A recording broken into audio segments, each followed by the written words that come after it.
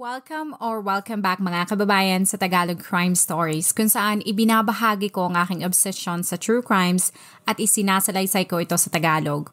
Kung gusto mo ang mga ganitong contents, make sure to subscribe at turn on all the notifications para lagi kang updated sa mga bago kong videos. Kung gusto mo naman na suportahan ang aking channel sa ibang paraan, you may do so by checking these options.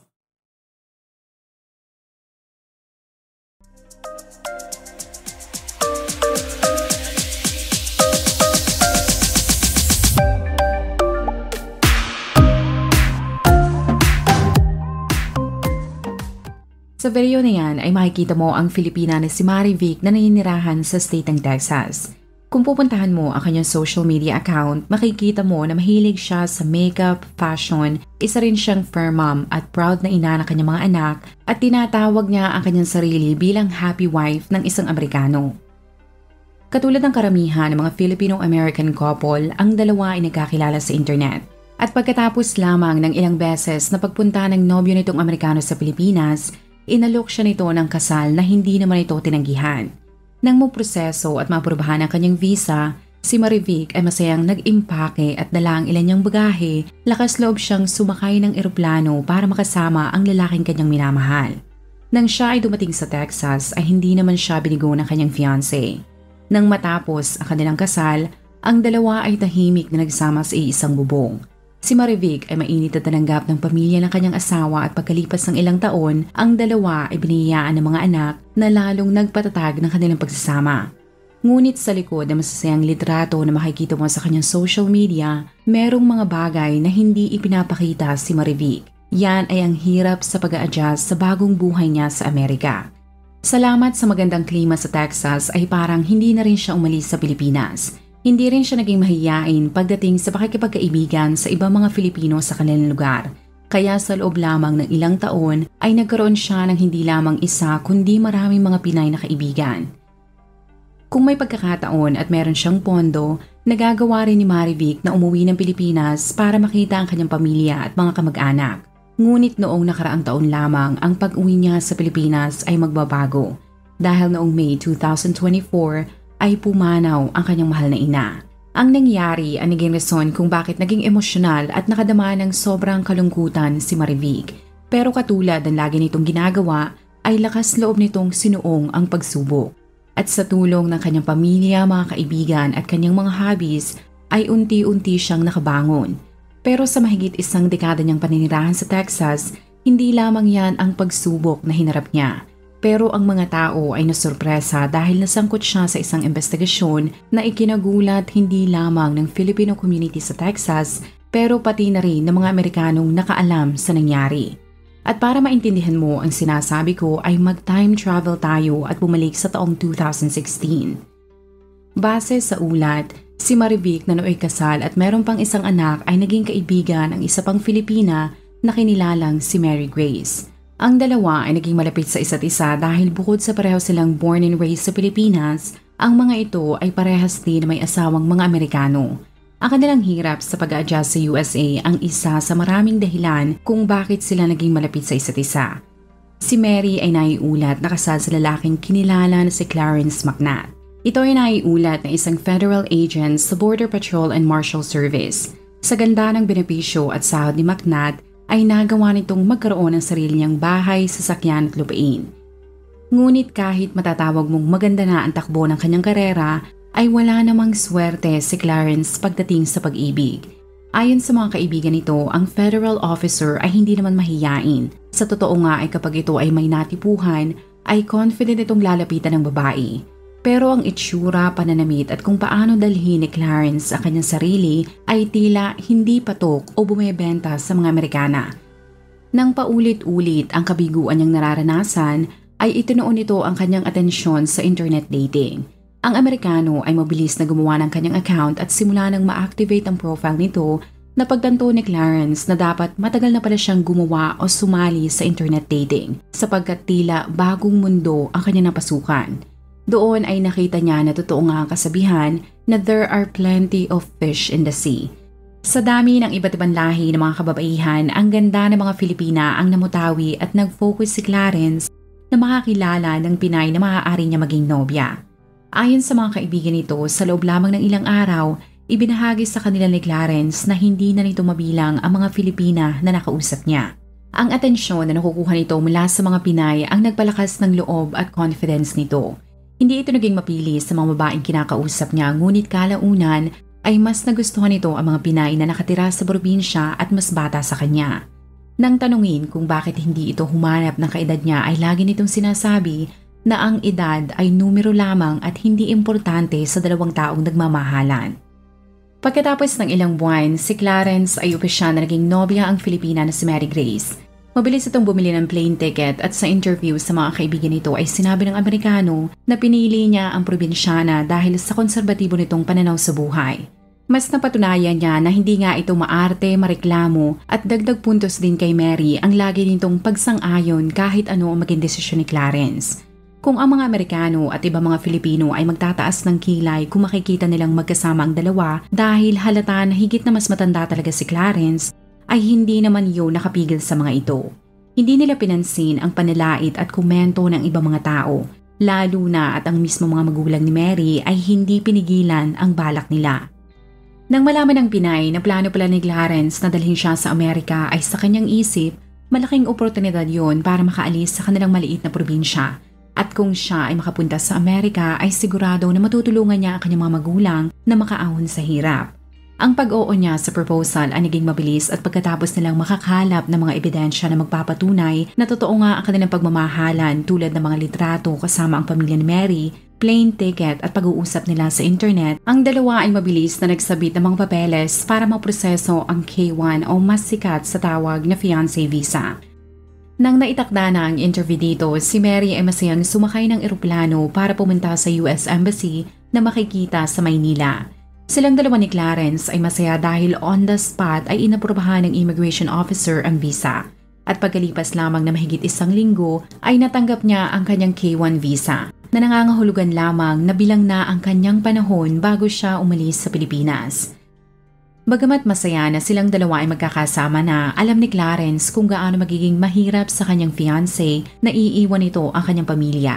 Kaya para mapagaan ang loob ni Mary ay binigyan niya ito ng pera upang magamit nito sa reunion para magkasama-sama ang mga ito bago ang flight ni Mary. Ang pamilya ng Pinay ay malungkot at masaya, ngunit suportado nila ang mga plano nito sa buhay. Ang nagpagaan sa kanilang mabigat na nararamdaman ay ang pangako ni Clarence na mamahalin at pagsisilbihan nito si Mary hanggang siya ay nabubuhay. Saksi din sila kung gaano nito kamahal si Mary nang ito ay bumisita sa kanilang probinsya. Noong 2008, dala ang ilan niyang maleta, si Mary ay dumating sa Texas at katulad ng nakasaad sa K1 visa, nagpakasal ang dalawa bago ma-expire ang visa ng 90 days o 3 buwan. Ang pamilya ni Mary ay masaya sapagkat alam nila na sa ganda ng trabaho ni Clarence ay may kakayahan ito na mabigyan ng maayos na buhay si Mary.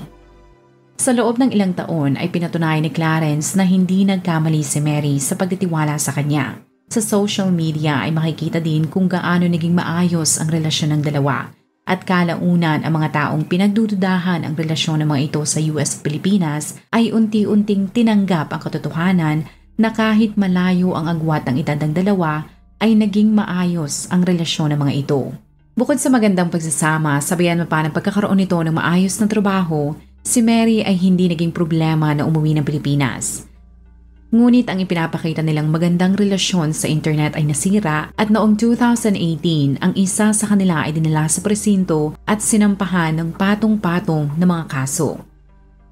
Bago ko ipagpatuloy ang totoong kwento ng buhay na ito, gusto ko magpasalamat sa mga TCS members na buwan-buwan ay nagbabayad ng membership fee.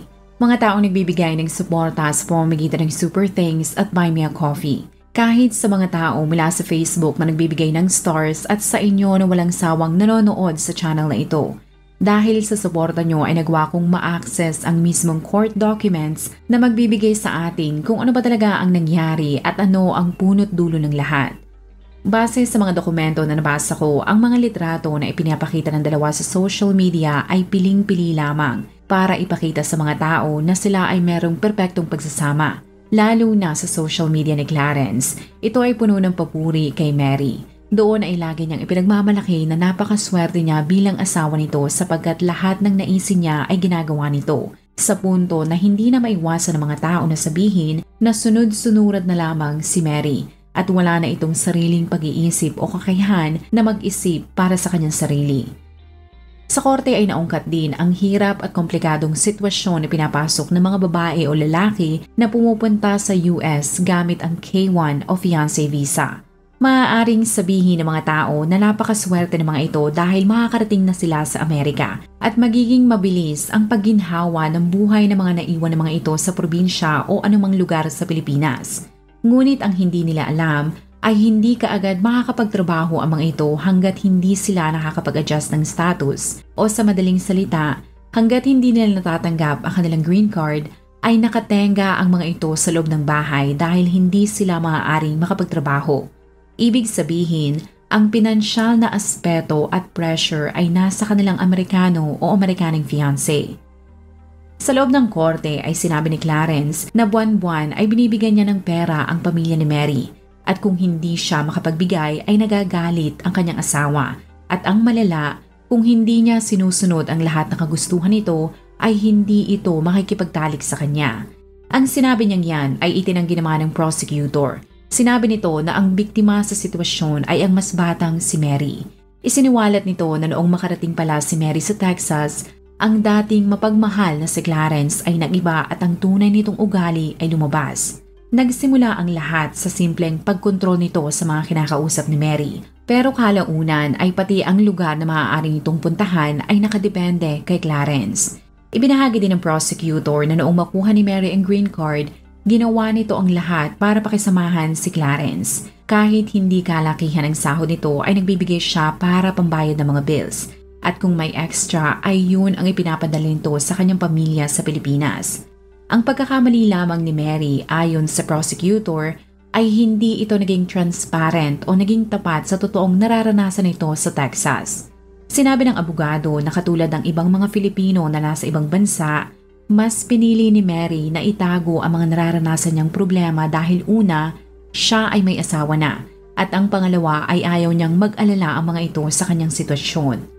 Ang prosecutor ay sinabi na sa pagdaan ng panahon, naging klaro na ang hanap ni Clarence ay hindi asawa, kundi isang babae na gagawin ang lahat ng kanyang gusto at magiging utos-utusan lamang nito.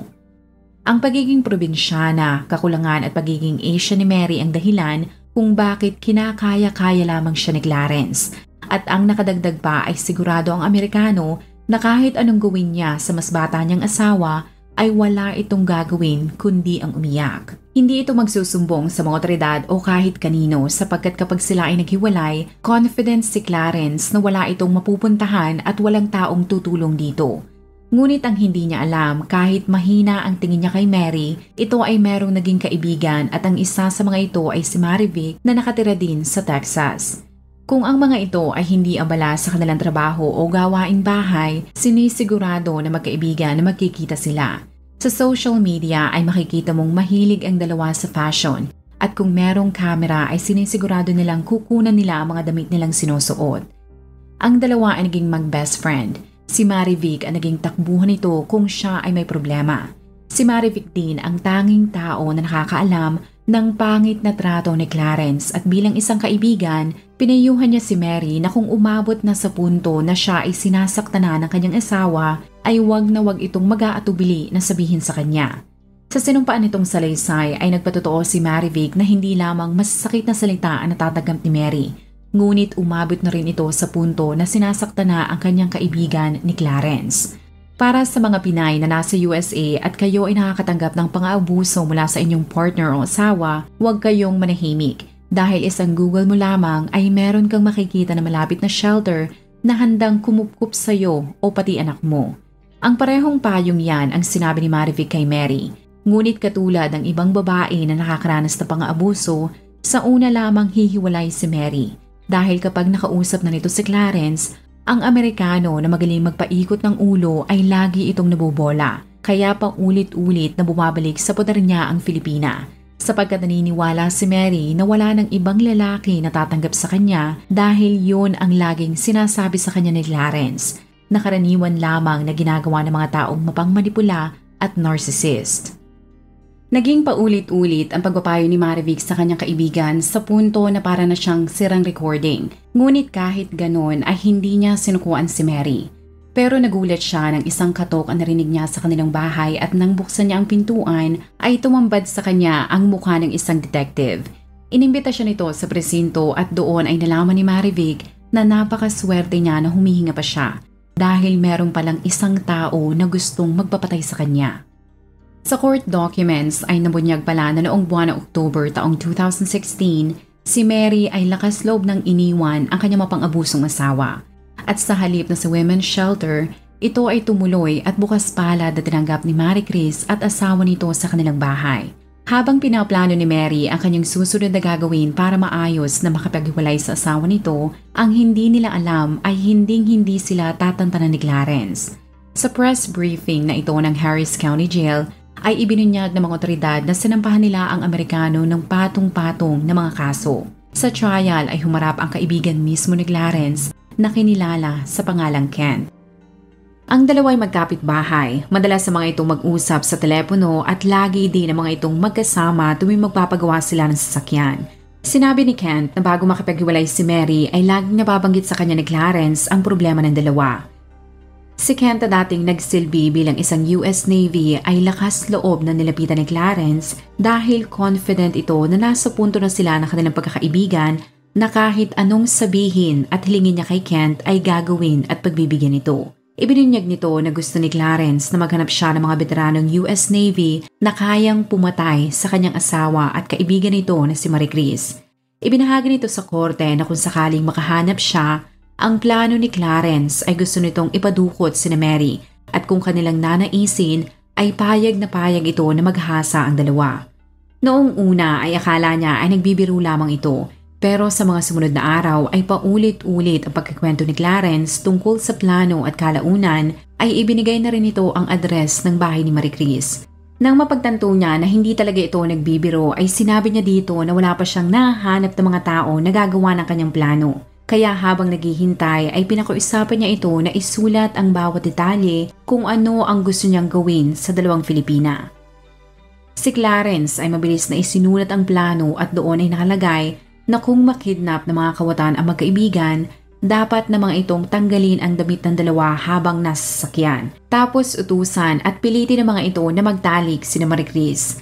Pagkatapos noon ay dapat nilang dalhin ang mga Pinay sa isang safe house at maaari nilang gawin kahit anong gustuhin nila sa mga babae. Sa sulat ay nakalagay na ang dream punishment ni Clarence ay mananatili ang dalawa sa safe house na mahigit 10 araw at 1 buwan sa tinatawag niyang nut house o yung bahay aliwan kung saan gagamitin si Marie Chris ng iba't ibang mga lalaki.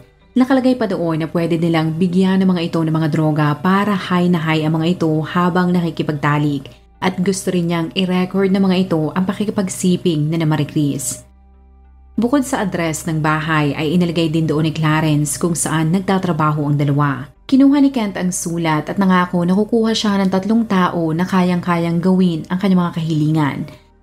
Ang sinabi niyang yan ay parang musika sa tenga ni Clarence pero ang hindi nito alam, itinago lamang ni Kent ang sulat hanggang nagkaroon siya ng lakas ng loob na lumapit sa mga otoridad. Ang mga pulis ay nagulat sa plano ni Clarence, kaya para maayos nilang mahawak ang kaso ay hinayaan nilang hawakan ito ni Officer J. Phillips na 16 na taon na sa serbisyo. Kasama ang ilang pa niyang mga detectives ay nang makabuo na sila ng plano, kaagad kinontak ni Phillips si Clarence. Ang dalawa ay nagkasundo na magkita noong November 29, 2016 sa isang parking lot kasama ang iba pa mga undercover officers. Ang excited na si Clarence ay walang kaalam-alam na bago pa siya makarating sa parking lot, ang bawat sulok nito ay nilagyan na ng surveillance team ng iba't ibang recording device, kasama ang sasakyan ni Officer Phillips. Si Clarence ay excited sa pagkikitang yon dahil konting hakbang na lamang ay mawawala na ang 2 babae na sagabal sa buhay niya. Sa recording ay nahagip hindi lamang ang lahat ng gusto niyang gawin sa mga babae. Pero pinagyabang pa nito sa undercover officer na madali lamang nilang madudukot ang magkaibigan dahil si Marie Chris ay laging magkasamang umuwi mula sa bar na pinagtatrabahuhan ng mga ito. Nang masabi niyang lahat ang gusto niyang gawin kina Marie Chris, Patawa pa nitong sinabi na wala siyang pakialam kung anong gawin ng mga ito sa dalawa. Kahit sampalin pa nila ng kanilang mga ang mukha ng dalawa ay talagang wala siyang pakialam. Ang isa pang undercover officer ay sinabi na wala silang problema sa plano ni Clarence, ngunit kailangan nitong magbayad ng $5,000. Ngunit hindi kaagad nakapagbayad si Clarence kaya nagkasundo muli silang magkita. Pero sa halip na $5,000 ay nagbigay lamang ito ng $100 at 3 singsing na minana nito mula sa kanyang ama. Sinabi ni Clarence na naniniwala siya na ang halaga ng mga singsing na yun ay mahigit $5,000. Sa recording ay nahagip na naman na sinabi ni Clarence na hindi na siya makapaghintay sa mangyayari sa dalawang Pinay at hiniling pa nito sa mga undercover officers na tratuhing parang mga aso sina Maricris at Mary. Nang tanungin ni Officer Philip si Clarence na okay lamang ba kung gasahin nila ang kanyang asawa ay sinabi nito na wala siyang pakialam. Nang matapos ang usapan at maibigay na ni Clarence ang kanyang kabayaran, ang mga otoridad na nakikinig sa usapan ay mabilis na lumabas sa kanilang sasakyan at inaresto ang Amerikano.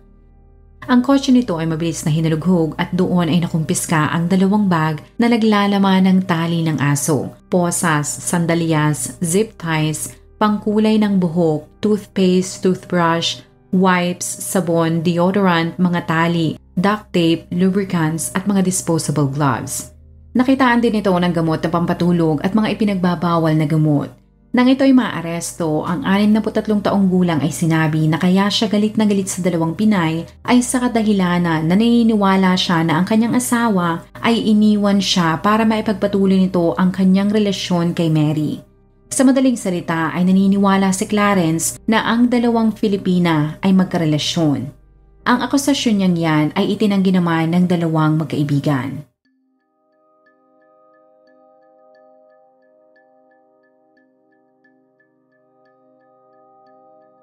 Noong April 27, 2018, pagkalipas ng 4 na araw na trial, sa news article na ito ay nakalagay na hindi nakumbinsi ng prosecutor and jury na guilty si Clarence sa kasong conspiracy to commit capital murder. Para sa mga jurors ay kahit gusto nitong magahasa at magulpi ang dalawa, base sa ebidensya na ipinakita sa trial, ay klaro sa kanila na wala sa plano ni Clarence na ipapatay ang mga ito.